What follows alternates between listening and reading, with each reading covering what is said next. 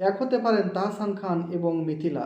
ভক্তদের মাঝে এখন একটাই চাওয়া, তারা এক হয়ে যাক। যা হবার হয়েছে, দুজনেই দুজনে টার্ন ব্যাক করুক এবং তারা নিজেদের মধ্যে নিজেদের মেয়ের জন্য ফিরে আসুক।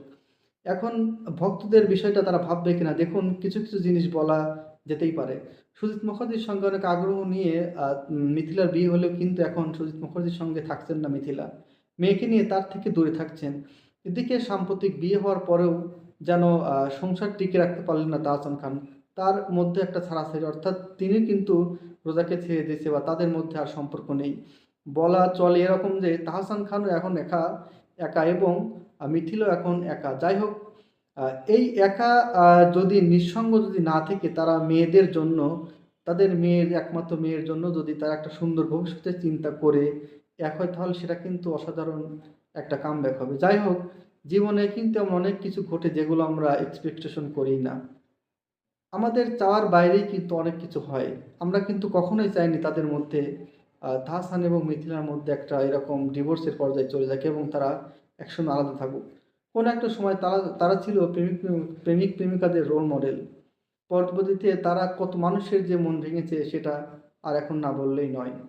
তো যাই হোক, তার মেয়ের ভবিষ্যতের জন্য এখন একটা মেয়ে যখন দেখে তার বাবা এরকম, তার মা এরকম, তখন সে বড় হবে কিভাবে বা তার ভবিষ্যৎ হবেই বা কেমন করে? এখানে কিন্তু অনেক প্রশ্ন থেকে যায়। তো ভক্তরা চাচ্ছে অন্তত, যেহেতু তারা আলাদা থাকছে এখন, সবকিছু বিভেদ ভুলে তারা কেন একসাথে হয় না? আবার সেই সোনালী দিনগুলো তারা একসাথে পার করুক এবং তার মেয়েকে মানুষের মতো মানুষ করুক।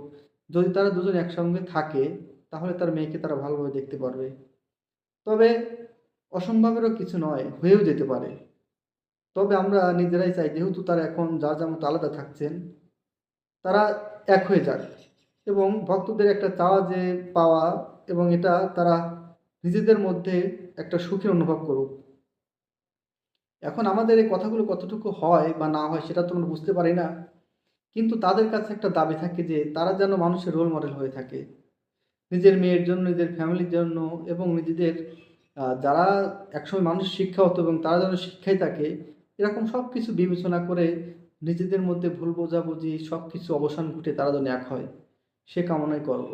তাহসান খান এবং মিথিলার জন্য শুভকামনা থাকবে এবং কোনো একটা সময় তাদেরকে আবার যেন একসাথে দেখতে পাই, ভালো ভালো কাজের মাধ্যমে এবং জগৎ সংসারে। ধন্যবাদ সবাইকে।